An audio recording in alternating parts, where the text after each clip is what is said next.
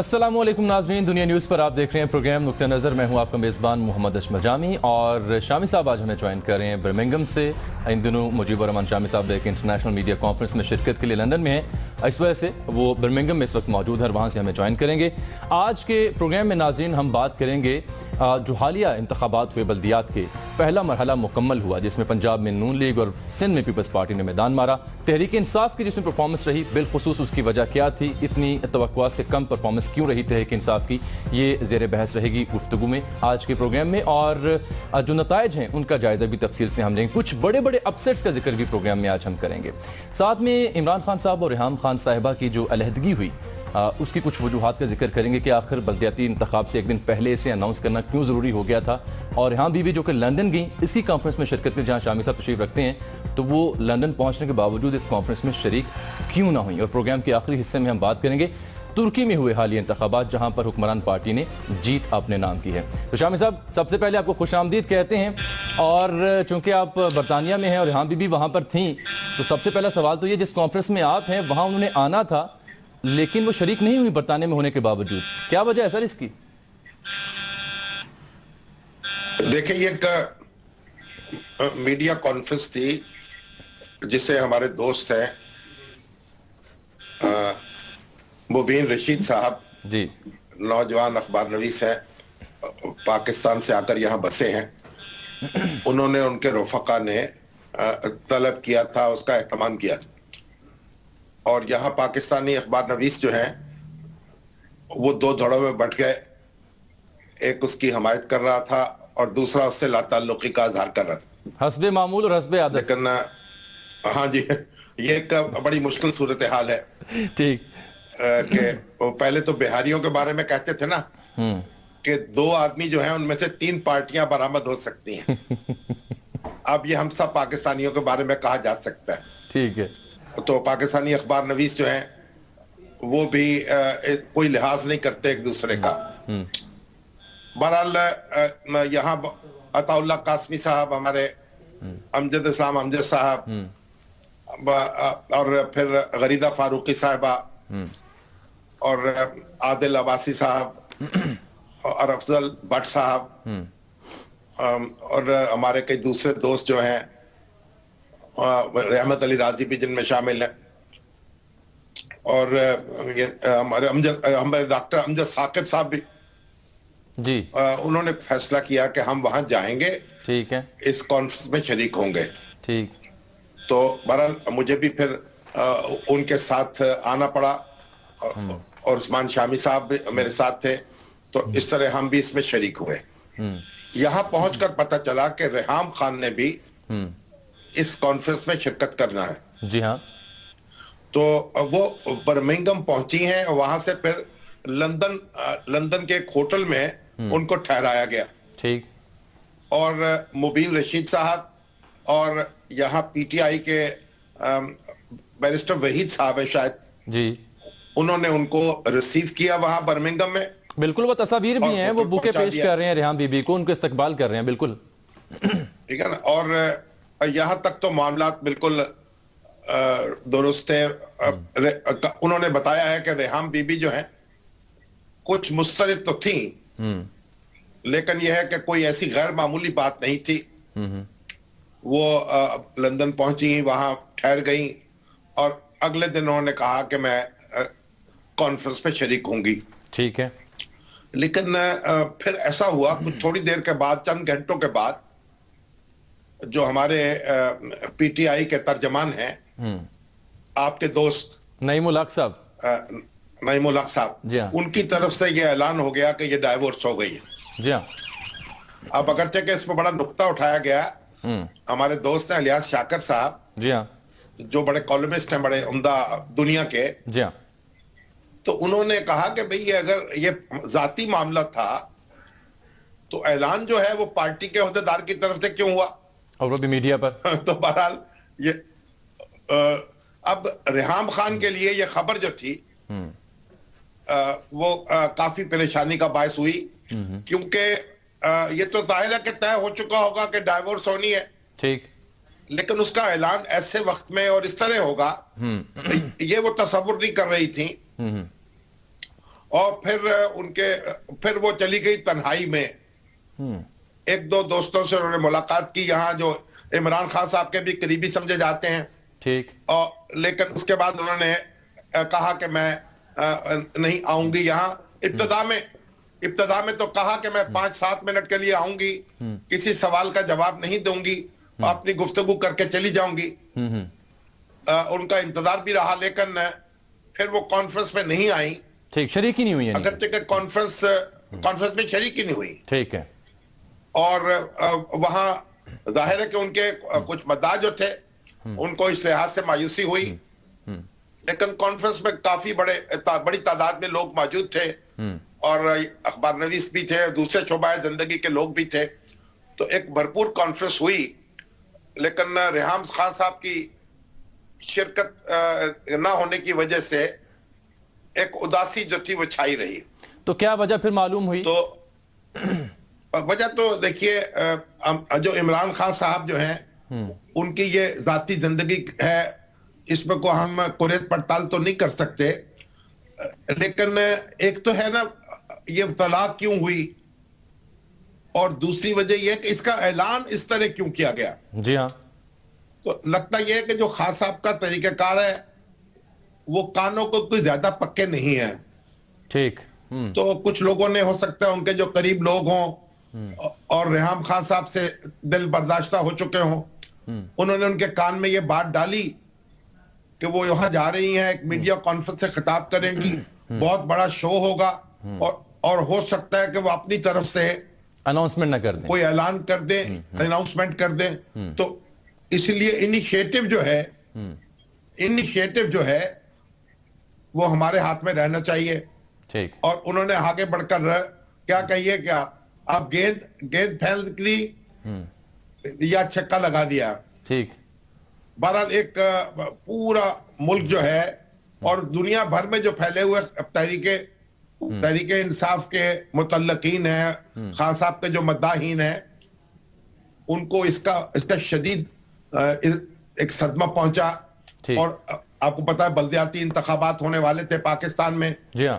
और वर्कर्स जो हैं, मेरी इत्तला के मुताबिक तो बड़ी तादाद में बददिल हुए और वो उस तरीके से एक्टिव नहीं रह सके बल्दियाती इंतखाबात के दिन जो उन्हें होना चाहिए था। तो शामी साहब, कोई रेहाम बीबी के हवाले से भी कोई खबर सुनने को मिली वहां से, लंदन से, बर्मिंघम से, कि वो क्या कहती हैं, उनके करीबी को हल्के जो हैं? अब देखिए बात क्या है कि किसका यकीन कीजिए, किसका यकीन न कीजिए। ठीक। लाए हैं बज़्म नाज से लोग खबर अलग अलग, लेकिन कुछ तो हुआ है ना जिसकी वजह से मामला खराब हुआ है। और जब हमने इंटरव्यू किया था, आपको याद हो, खान साहब का, जी हाँ, वो हम चलाते हैं, उन्होंने इसका एतराफ किया था एक लिहाज से दबे दबे लफ्जों में कि कुछ मामलात ऐसे मौजूद हैं, लेकिन दोस्तों को चाहिए कि वो इसमें खराबी को रोके बजाय इसके खराबी को। ठीक है। मुझे यहाँ पर एक ब्रेक लेनी है। जब ब्रेक से वापस आते हैं, जो खान साहब ने हमारे प्रोग्राम में गुफ्तगू की थी वो, और फिर आपसे कुछ मजीद हवाले से जानेंगे और फिर बल्दियाती इंतखाबात पर तफसील से हम बात करेंगे। मिलते हैं नाज़रीन आपसे इस ब्रेक के बाद।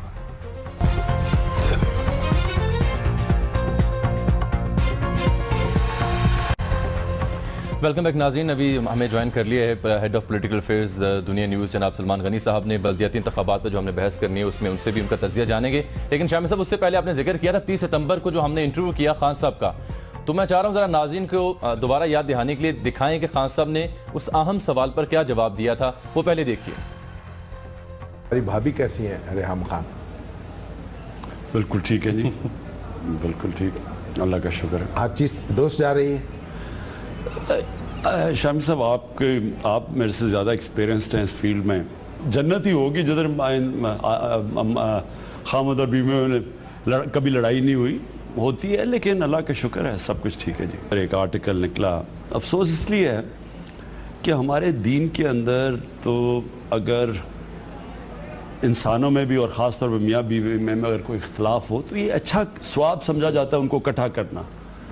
ये कौन से लोग होते हैं जो खुश होते हैं कि अगर किसी के घर में उन्हें पता चलेगा कि जी कोई आपस में मियाँ बीवी में नहीं बन रही। यानी ये बड़े, मुझे इन लोगों पे अफसोस होता है कि जो दूसरों की तकलीफ पे खुश होते हैं जो मौजूद भी नहीं होती बाद औक़ात। और किसी को क्या पता कि घर के अंदर क्या है। ठीक, कौन शाम साहब 30 सितंबर को खान साहब इन ख्यालात का इजहार कर रहे थे और फिर हमने बल्दियाती इंतखाबात से एक दिन पहले वो खबर सुन ली, जिससे जानने वालों को, उनके चाहने वालों को शायद दुख भी हुआ हो। लेकिन इसमें देखें, दबे लफ्जों में एक बात तो हो रही है ना। जी हाँ, अब जाहिर है कि ये जाती मामलात को कुरियत पड़ताल नहीं किया जाता, तो इसलिए हम भी खामोश रहे, बात आगे चली गई। लेकिन मैं आपको एक अर्ज करूं, अब इस पर बहस तो होती रहेगी और रहमान खान साहब का तजिया होगा, खान साहब के रवैये जो ज़ेर बहस आएंगे उसको तो रोक नहीं सकेंगे। ठीक, बट मैं एक आपको बात बड़ी दिलचस्प बताना चाहता हूं। जी हाँ, कि रेहाम खान साहब के एक इंतहाई करीबी जरिए ने ये बताया कि एक जो इख्तलाफ जो है, एक ये भी था कि रेहाम खान चाहती थी कि वो बच्चे की मां बने। अच्छा। और खान साहब जो थे इस पर आमादा नहीं थे। उनका ये ख्याल था कि बच्चे जितने भी मौजूद हैं वो काफी हैं, ठीक, उनमें कोई इजाफा नहीं होना चाहिए। सही। तो ये भी एक ऐसी वजह थी जिस पर टेंशन चल रही थी, बाकी चीजें अलग। तो एक बहरहाल इस वक्त तो रेहाम खान अब मोतकिफ हैं, किसी से मिल नहीं रही, किसी की कॉल नहीं ले रही, कोई गुफ्तगू नहीं की। देखिए किस वक्त वो अपनी जुबान खोलती हैं और जो मुनासिब समझे अपना नुक्ता नजर बयान करती हैं। ठीक, एक बात मैं आपसे ये कहूं जी कि अब जो हमारी मीडिया ये कॉन्फ्रेंस थी उसकी दूसरी नशिस्त बर्मिंघम में हुई है। ठीक है। और कल यहाँ के जो बहुत पाकिस्तानी थे बहुत बड़ी तादाद में मौजूद थे और कई घंटे उनके साथ तबादला ख्याल जारी रहा। और ये भी मैं जिक्र कर दूं कि हमारे अनीक अहमद साहब जो हैं वो भी हमारे साथ मौजूद हैं, मुजाहिद बरेलवी साहब हैं, ठीक है, शाजिया खान साहबा हैं और शकील अंजम साहब हैं और वसी शाह साहब सबसे बढ़कर ये वसी शाह साहब भी बहुत सरगर्मी से इसमें शिरकत कर रहे हैं। तो ये सब लोग जो है इसकी वजह से सरवर मुनीर रॉ जो हैं, हाँ जी, वो भी हमारे साथ हैं।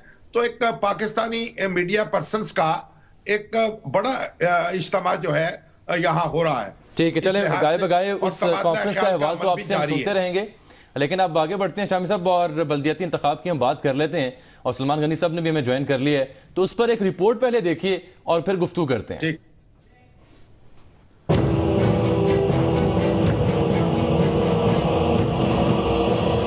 पंजाब और सिंध में बल्दियाती इंतखाबात का पहला मरहला मुकम्मल हो चुका और अब नजरें हैं इन इजला में मेयर और डिप्टी मेयर के इंतखाबात पर, जो इंतहाई दिलचस्प हो सकते हैं। पहले फेज में पंजाब के 12 इजला में 1500 यूनियन काउंसिल्स और 7 म्यूनिसिपल कमेटियों के लिए 2696 सीटों पर 40,000 से जायद उम्मीदवार मैदान में उतरे, जिनकी किस्मत का फैसला 2 करोड़ से जायद वोटर्स के हाथ में था। नताइज के मुताबिक मुस्लिम लीग नून 1195 यानी 45% सीटें जीतकर सरे फहरिस्त रही। आजाद हैसियत से जीतने वाले 1065 यानी 40% नशस्तों के साथ दूसरे नंबर पर है। तहरीक इंसाफ सिर्फ 10% यानी 287 सीटें ही जीत सकी। पीपल्स पार्टी 2% यानी 47 सीटें, काफ लीग 44, जमात इस्लामी और अवामी तहरीक महज 2 नशस्तें ही हासिल कर सकी। सिंध के 8 इजला में 430 यूनियन काउंसिल्स, 15 म्यूनिसिपल कमेटियों और 55 टाउन कमेटियों के लिए 1071 उम्मीदवार मैदान में उतरे। यहाँ रजिस्टर्ड वोटर्स की तादाद 46 लाख है। सूबे की हुक्मरान जमात पीपल्स पार्टी 74% यानी 779 सीटें लेने में कामयाब रही। आजाद उम्मीदवार 174 यानी 16 से 17% तक कामयाबी समेट सके। फंक्शनल लीग 6 से 7% यानी 72 सीटों पर कामयाबी हासिल करके तीसरे नंबर पर रही। JUIF 12, तहरीक इंसाफ 5, MQM 4 और मुस्लिम लीग नून के हिस्से में सिर्फ 3 सीटें आई। पंजाब और सिंध में बल्दियाती इंतखाबात के पहले मरहले में इलेक्शन कमीशन को मजमूई तौर पर इंतखाबी धांधली की 156 शिकायत मौसूल हुई। इलेक्शन कमीशन की जानिब से जारी करदा तफसीलात के मुताबिक पंजाब से 55 और सिंध से शिकायत की तादाद 101 थी। तो ये सर समरी थी ब्रीफली इन इंतखाबात की। इसमें पुरतशद्दुद वाक़यात भी हुए खैरपुर में और पंजाब में भी कुछ हलाकतें हुई। सिंध में सिंध में तो बड़ी तादाद में हलाकतें हुई हैं। जी, 12 अफराद वहाँ पर कत्ल हुए खैरपुर और रानीपुर के इलाके में, और वज़ीर आला सिंध का ये हल्का बताया जाता है। फंक्शनल लीग के लोगों के साथ क्लैशेस हुए थे और मेजॉरिटी जो लॉसेज हैं फंक्शनल लीग को पहुंचे हैं अपेरेंटली। उस पर हम बात करेंगे।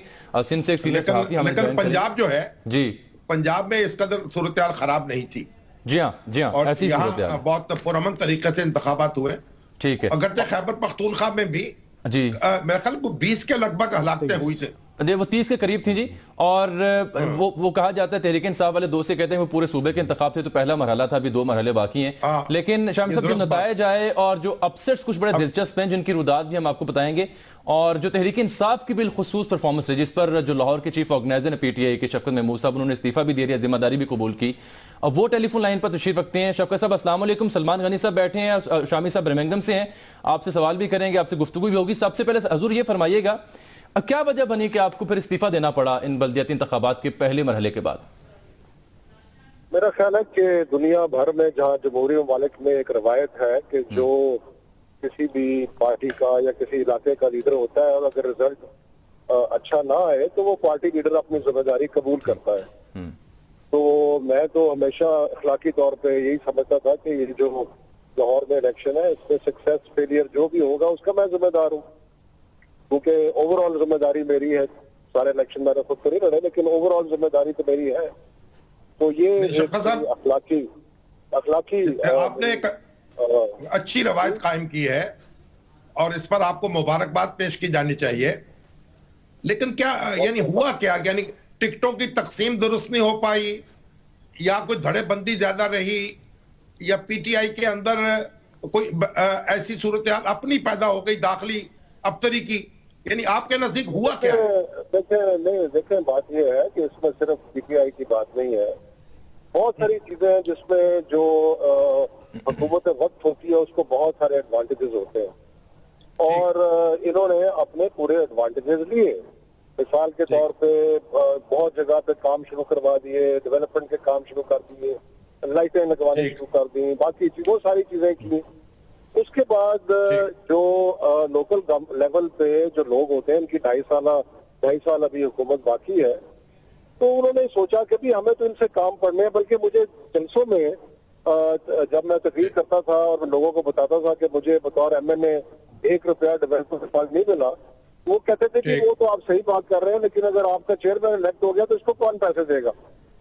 शफकत साहब, सलमान गनी बोल रहा हूँ। एक छोटा सा सवाल मेरा भी है कि 15-20 रोज पहले लाहौर के अंदर NA 122 का इलेक्शन हुआ, लेकिन 20 दिन के बाद उन्हीं यूसिस से तहरीक इंसाफ को शिकस्त हुई है। इसकी वजह क्या है? और दूसरा सवाल यह है कि आप बड़ी जमहूरी सोच और अप्रोच रखते हैं, तो क्या इन इंतखाबात के नताइज आप भी नहीं मानते? नहीं, मैं तो मानता हूँ। मैं तो तजिया कर रहा हूँ कि क्या ये रिजल्ट जो है वो कैसे आता है, इसमें कौन से फैक्टर्स इन्फ्लुएंस करते हैं। मैंने तो नतीजा मान के खुद इस्तीफा दे दिया पार्टी को कि मैं इंचार्ज था और मेरे होते हुए ये रिजल्ट आया। लेकिन शफकत साहब, ये जो NA 122 का और 20 दिन के बाद के रिजल्ट्स का, इसका क्या आप समझते हैं कि क्या वजह हुई? यानी गढ़ी शाहू में आप देखिए वहां पर अलीम खान साहब जीते और अब जब बल्दियाती इंतखाब होता है तो वहां से आप हार जाती है।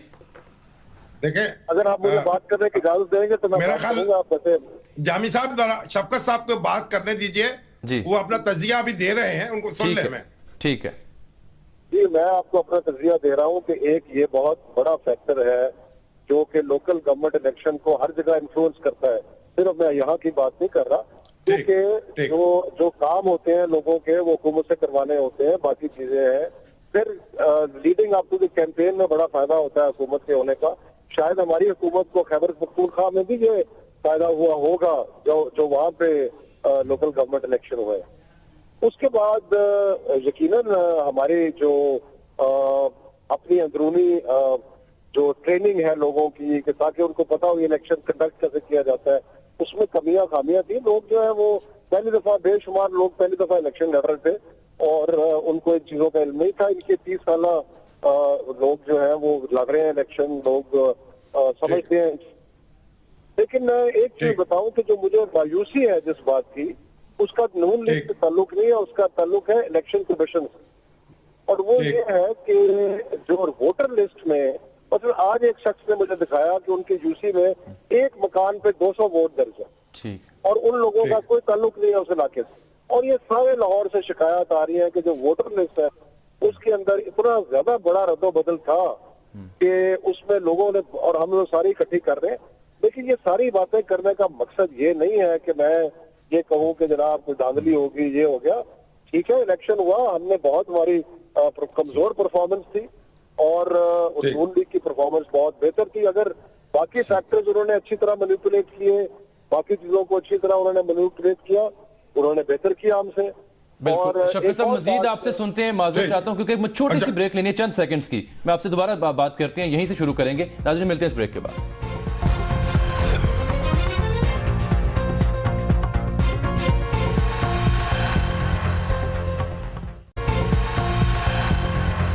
वेलकम बैक नाज़रीन, शफकत महमूद साहब इस वक्त हमारे साथ प्रोग्राम में शिरकत गुफ्तगू हैं। ब्रेक से पहले आप उनकी गुफ्तगू सुन रहे थे। शामी साहब आप कुछ जानना चाह रहे हैं शफकत साहब से? तो नहीं, शफकत साहब ने जो, मेरा ख्याल है शफकत साहब ने तो बात कंक्लूड कर दी है, आप उनके 2 रिमार्क्स को ले लीजिए और बात आगे चले ताकि हम। ठीक है शफकत साहब, को पार्टी इस पर सीरियसली कोई नेशनल लेवल पर कोई एक्शन लेने जा रही है, कोई इजलास बुलाया जा रहा है शिकस्त की वजूहत जानने के लिए? नहीं, यकीनन हमें अपने अंदर अपने खुद तस्वीर भी करनी चाहिए। हमें अपनी परफॉर्मेंस जो है उसको बड़े गौर से देखना चाहिए और जिसे अंग्रेजी में कहते हैं कोल्डली देखना चाहिए, यानी कि उसमें जज्बात को बालातर रख के सारी चीजें देखनी चाहिए।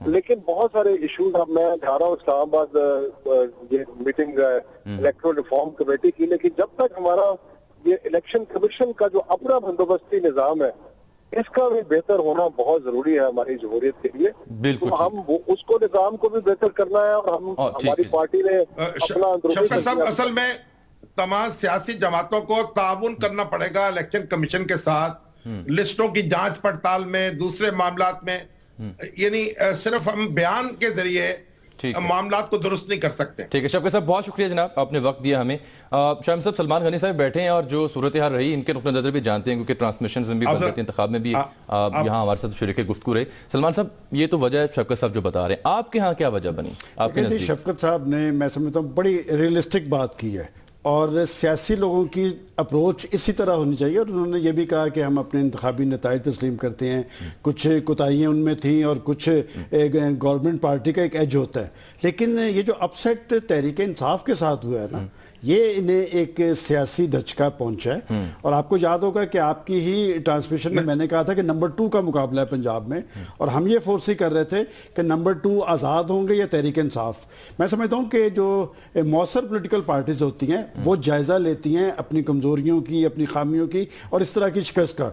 लेकिन जामी हमें यह भी देखना चाहिए कि जो रिजल्ट्स आए हैं इसके बाद दूसरा और तीसरा मरला है, उसके लिए मैं वही चाहता हूं कि जी बात ये कि अब उन्हें हौसला दिखाना चाहिए कि पख्तूनख्वा में तो एक ही दफा हो गए इलेक्शन सारे, लेकिन अब जैसे सिंध के अंदर पहले फेज के अंदर जो पीपल्स पार्टी को, सिंध का जो दूसरा फेज है बड़ा इंपॉर्टेंट है जामी, इसलिए कि वहां पर कराची और हैदराबाद है और एमकेएम की सियासी बका की जंग है, वो उनके लिए सियासी जिंदगी और मौत का मसला है। और मैं ये कहता हूं कि जो अभी शामी साहब इशारा कर रहे थे कि सिंध के अंदर जो लॉ एंड ऑर्डर की सूरत हाल थी, जो पुरतशद्दुद वाकयात हुए, कराची और हैदराबाद बड़े सेंसिटिव है। मुझे तो ये लगता है कि वहां पर फौज बुलानी पड़ेगी इन्हें, क्योंकि सिंध हुकूमत के पास इतनी अहलियत नहीं है। लिहाजा जो अगला दूसरा और तीसरा मरला ये पोलिटिकल पार्टीज के हवाले से अहम है। और बात यह कि आप देखें कि पंजाब के अंदर जब 1075 के करीब आजाद उम्मीदवार सामने आए हैं, ये लम्हा फिक्रिया है पॉलिटिकल पार्टीज के लिए, इसका मतलब पोटेंशियल कैंडिडेट्स मौजूद हैं और ये असरात जरूर होंगे दूसरे और तीसरे मरले पर भी इस इलेक्शन के। बिल्कुल ठीक है शाम साहब, कुछ अपसेट्स भी हुए बड़े अहम और दिलचस्प फैसलाबाद से। जो आजाद उम्मीदवार जीते हैं उसमें मुस्लिम लीग नून से ताल्लुक रखने वाले कितने हैं और तहरीक इंसाफ से ताल्लुक रखने वाले कितने हैं? ज्यादातर मेरा ख्याल है कि ऐसी सूरत हाल है कि आजाद उम्मीदवारों का ताल्लुक भी मुस्लिम लीग नून से है। तो ये भी देखें, एक बड़ी पार्टी में जब टिकटों की तकसीम है इतनी सतह पर, यह पहली बार हुई है कि बल्दियाती अदारों में टिकट दिए गए हैं। पहले ये गैर जमाती बुनियादों पर होते रहे और पार्टियां जो हैं उस तरीके से टिकट जारी नहीं कर सकी कि तमाम लोग उनके मुतमईन हो जाएं। और मुस्लिम लीग नून ने भी कई हलके हैं कई शहरों के जिन्हें आजाद छोड़ा है। जैसे फैसलाबाद में आप देखें कि बड़ी तादाद में हलके जो थे आजाद कर दिए गए थे। तो अब ये अपसेट भी हुए हैं, आप उसकी तफसील बयान दे रहे हैं, आप कौन कौन सी जगह आप समझते हैं? ये फैसलाबाद में जी, फैसलाबाद टॉप पे रहा अपसेट्स के हवाले से। साबिक सिटी डिस्ट्रिक्ट नाजिम थे राना जायद तौसीफ साहब, तहरीक इंसाफ से इनका ताल्लुक था और ये इनको शिकस्त हुई है। ये भी मेयर के उम्मीदवार थे। कासिम फारूक साहब के भाई जो हैं, जी जी आमिर शेर अली, बयान कर रहा हूं। कासिम फारूक साहब मुस्लिम लीग नून के ज़िले सदर हैं और ये शेर के निशान पर लड़े और मियां मोहम्मद फारूक साहब जो हैं उनके ये बेटे हैं, ये भी हार गए। आमिर शेर अली साहब जो हैं अब वो हार गए और अब उन्होंने इन नतायज मानने से इनकार किया। ताज़ा खबर है उनका जी दोबारा से काउंटिंग की जाए। रियाज मलिक साहब मुस्लिम लीग नून के एमपीए हैं, नवाज मलिक साहब उनके भाई, ये भी शेर के निशान से थे, इनको भी शिकस्त हुई। शहजाद मुअज्जम साहब हैं तहरीक इंसाफ सिटी के सदर हैं, उनके भाई थे डॉक्टर असद मुअज्जम के, वो भी शिकस्त खा गए। अली रजा डोगर साहब हैं एमपीए फकीर हुसैन डोगर साहब के भाई, वो भी शिकस्त खा गए। मियां मनान साहब के भांजे इस्माइल साहब, उनको भी शिकस्त हुई। तो जितने बड़े बड़े नाम थे जो मेयर डिप्टी मेयर के लिए खड़े हो रहे थे, उन सबको शिकस्त हुई यहाँ फैसलाबाद में। चलिए ये तो एक अच्छी खबर है, क्योंकि जो बड़े बड़े लोग हैं उनको भी समझना चाहिए कि जब वो वोटों के लिए जाते हैं, लोगों के सामने पेश होते हैं, तो वो छोटे हो जाते हैं, क्योंकि लोगों का फैसला जो है वही बड़ा बनाता है और छोटा बनाता है। ठीक है, एक ब्रेक लेते हैं नाज़रीन, यहाँ पे आपसे मिलते हैं इस ब्रेक के बाद।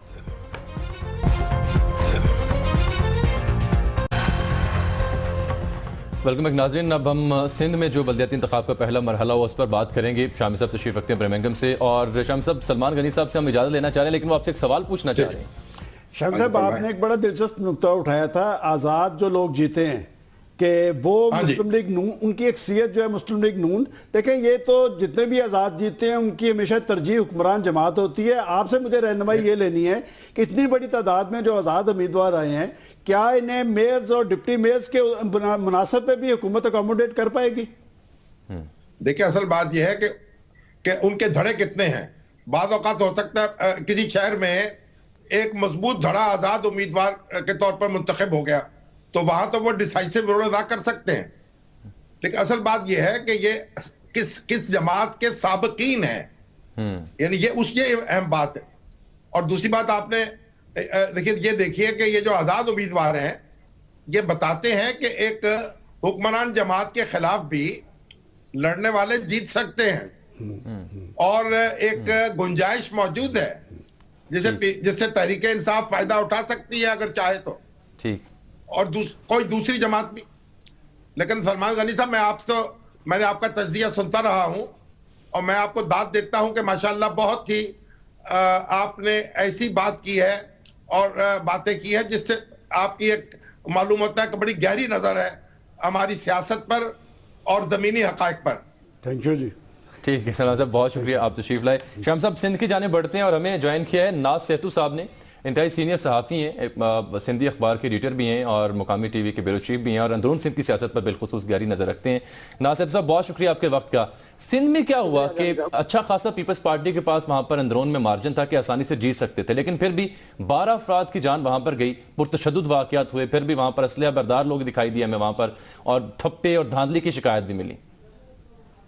आप दुरुस्त फरमाया कि ये जो इलेक्शन था, जिस लॉजिक के साथ इलेक्शन कमीशन और government including federal and state government ने किया था मरहलेवार, वो लॉजिक तो खत्म हो गई। जब बंदूक चली तो उस लॉजिक पे बंदूक चली जिसमें 12 इंसानी जिंदगियां गई, लेकिन उसमें तलखी बड़ी शदीद है। इसको अगर हम देखें तो ये तलखी सिर्फ दराजा खैरपुर में नहीं है, इसके रूट्स बड़े गहरे जाएंगे। शामी साहब बैठे हैं, 70s में हुआ ये था कि भुट्टो साहब पे सांगड़ में फायरिंग हुई थी जो पीर साहब का बड़ा स्ट्रांग होल्ड है। फिर वहां 7 हुरों का कत्ल केस हुआ था, पीपल्स पार्टी और फंक्शनल का उस जमाने से अदावत चल रही थी, लेकिन जरदारी साहब की वो जो सोकॉल्ड मफाहमत थी उसने कुछ उसमें ठहराव लाया था। वो अब मेरा ख्याल है कि मफाहमत दफन हो गई और ये उस तरीके से एक नई अदावत का दौर शुरू हो गया। लेकिन मसला यहाँ खत्म नहीं होता है, हमें खतरा यह है कि न सिर्फ दूसरा दौर जो है वो इंतहाई खतरनाक हो सकता है। इसलिए आज जो पीर सदरुद्दीन शाह राशिदी साहब हैं उन्होंने सेशन किया था कराची में, अरबाब रहीम साहब भी थे, गौसली शाह साहब थे और भी उनके जो मुतादी हैं या हम ख्याल है वो थे, नादर अकमल लगारी साहब जो पीटीआई से वो भी थे, और उन्होंने इन इलेक्शंस को जो हुई हैं अभी recently first phase local bodies का, इनको बोगस करार दिया है, उनको रिजेक्ट किया है और फिर मुतालबा ये किया है कि अगला राउंड जो है वो आर्मी की तहवील में किया जाए। और अबाब रहीम साहब तो आपको पता है वो बड़े खुले दुले और अपने अंदाज में बात करते हैं, तो उन्होंने तो आर्मी चीफ को अपील की कि वो आ जाए। तो इसलिए ये काफी जितना आसान स्मूथ नजर आ रहा है कि 1000 सीटों में से 720 पीपल्स पार्टी ले गई तो वो जीत हो गई, लेकिन ये जीत शायद हजम न हो सके। और दूसरा जो मसला है वो इतनी आसान नहीं है, मिसाल के तो 720 सीटें चली, लेकिन पीपल्स पार्टी चाहे 2 मरतबा एमपीए रहने वाले उम्मीदवार तो खुर्शीद शाह साहब के कजिन भी है नसरुल्लाह बलोच, उसको एक आजाद उम्मीदवार ने हराया। एक और एमपीए सखर से जावेद शाह वो यूनियन काउंसिल पे खड़े हुए थे, उसको आजाद एक उम्मीदवार ने हराया। और फिर यहाँ जो सिंध में जो एनर से तब्दीली हो रही है उसको भी महसूस करने की जरूरत है कि अवामी वर्कर्स पार्टी, जिसका पंजाब में भी थोड़ा बहुत कांग्रेस का रूट है, उसने एक जगह पे 2 सीटें ली हैं, तो और अवामी जमहूरी पार्टी लोकल जो छोटे छोटे ग्रुप होते हैं उन्होंने 2 सीट ली हैं। तो अंदर करंट एक और चल रहा है और मार्जिन जो है वो बहुत कम है, इसलिए ये इलेक्शन ऐसा नहीं है कि, और ये जिले जो थे वो यूनिटल थे। अब नए दूसरे तीसरे मरहले में एनपीएम भी शो होना है, दूसरे स्ट्रांग होल्ड। नासब बहुत शुक्रिया आपके वक्त का, आपसे इंशाल्लाह अगले मराहल में दोबारा आपको ज़हमत देंगे, आपसे आपके ख्यालात जानते रहेंगे। शम्स प्रोग्राम वक्त बहुत कम और तुर्की के इंतखाबात और वहां पर भारी मैंडेट, भारी टर्नआउट और हुक्मरान जमात जो है वो जीत गई, बर्तरी उसने साबित कर दी। जो कुछ उन्होंने तस्दिया दिया है सिंध का, उस पर गुफ्तगू की गुंजाइश मौजूद है। अभी यानी इलेक्शन कमीशन को कोशिश करनी चाहिए कि जहां फौज को तलब किया जा सकता है वहां जरूर तलब किया जाए, इसको रिपीट नहीं होना चाहिए। लेकिन बहरहाल पीपल्स पार्टी की जो एक मजमूई ताकत है सियासी, उससे भी इनकार नहीं कर सकते। ठीक है। जहां तक तुर्की का ताल्लुक है, तैयब एर्दोगान जो है उनकी पार्टी मैदान में थी, फिर 5 महीने पहले इंतखाब हुआ था और किसी जमात को वाज़ेह अक्सरियत हासिल नहीं हुई थी। जी हाँ। तो बहरहाल ये कोलिशन बन नहीं सकी, दोबारा इंतखाबात हुए और अब तैयब एर्दोगान की जो पार्टी है एक पार्टी, उसने एक फैसला कुन कामयाबी हासिल कर ली है जी। अब वो अपनी हुकूमत बना सकेगी। अब देखें इसमें 86% टर्नआउट रहा है वहां, तो ये इतनी बड़ी तादाद में लोगों ने वोट डाले हैं और पाकिस्तान में जो टर्नआउट है वो 50% से कम है, इस दफा भी 50% से कम ही है। तो ये देखना चाहिए कि कितनी बड़ी तादाद में लोग वोट क्यों नहीं डालते, ठीक, उनको हम अपने साथ इन्वॉल्व नहीं कर पाते, या लोग ये तकलीफ गवारा क्यों नहीं करते।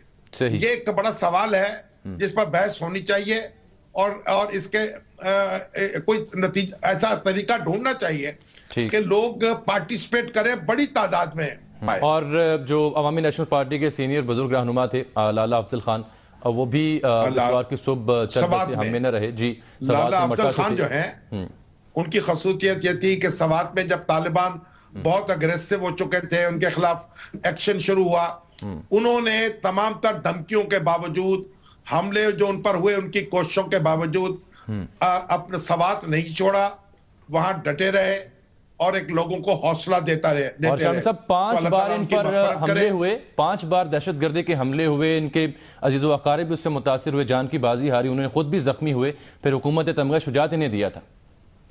तो उन सियासी कारकुनों को उनका सा हौसला और उनकी सी फरासत जो है वो अता करे, ये लोग हुस्न थे हमारे मुआशरे का। बिलाशुबा। शाम साहब प्रोग्राम का वक्त यहाँ पर खत्म होता है। नाज़रीन आपसे मुलाकात होगी अब कल, तब तक के लिए इजाजत, अल्लाह हाफिज।